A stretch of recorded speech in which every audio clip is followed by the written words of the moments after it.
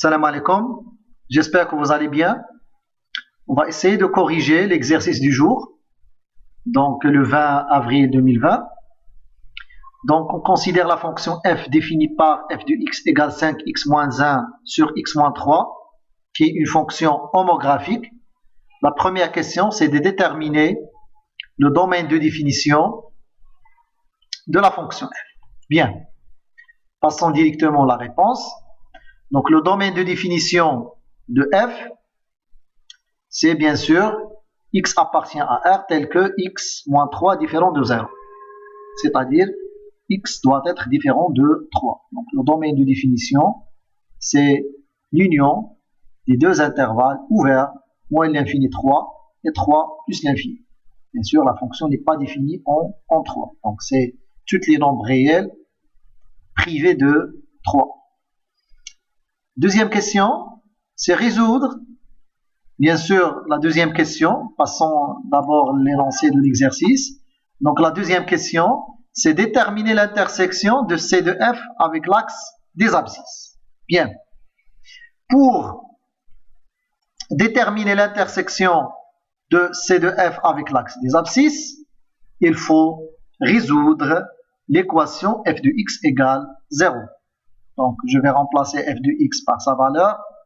Ça veut dire 5x moins 1 sur x moins 3 égale 0. Donc, un quotient égale 0. Nécessairement, le numérateur égale 0. Voilà, 5x moins 1 égale 0. Équivalent à x égale 1 sur 5. Donc, l'équation admet une seule solution, c'est-à-dire C de f coupe l'axe des abscisses en un seul point, qui est le point I de coordonnées 1 sur 5, 0. Bien sûr, 1 sur 5, c'est l'abscisse, c'est la solution de l'équation. Et bien sûr, l'ordonnée, c'est 0. Évident que chaque point appartient à l'axe des abscisses, son ordonnée doit être égale 0. Passons à la question 3. Donc, question 3, c'est dresser le tableau de variation de f.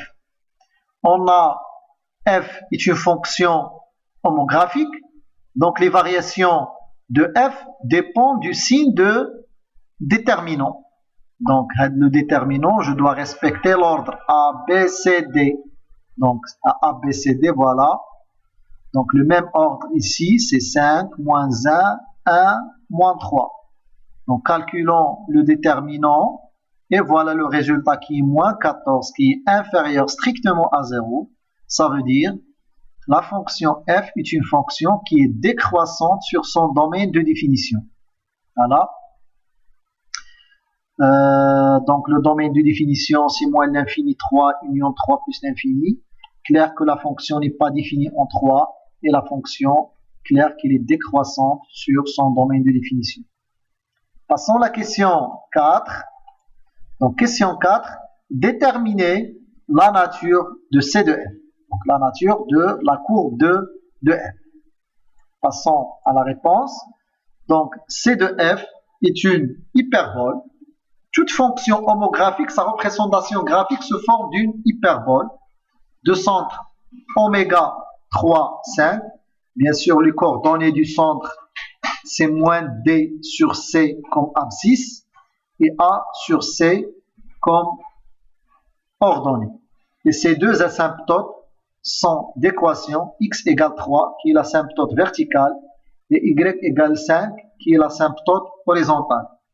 Il est clair que les deux asymptotes se coupent en oméga. Donc voilà la correction d'exercice du jour. On va voir le rappel du jour. Donc le rappel du jour, pour étudier l'intersection de C de f avec l'axe des abscisses, on résout l'équation f de x égale 0.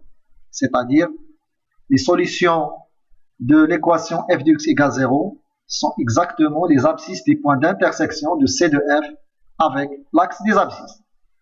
Passons à la fin au proverbe du jour. Par la rue, plus tard, on arrive à la place jamais. Voilà, je vous souhaite bonne chance. Assalamu alaikum.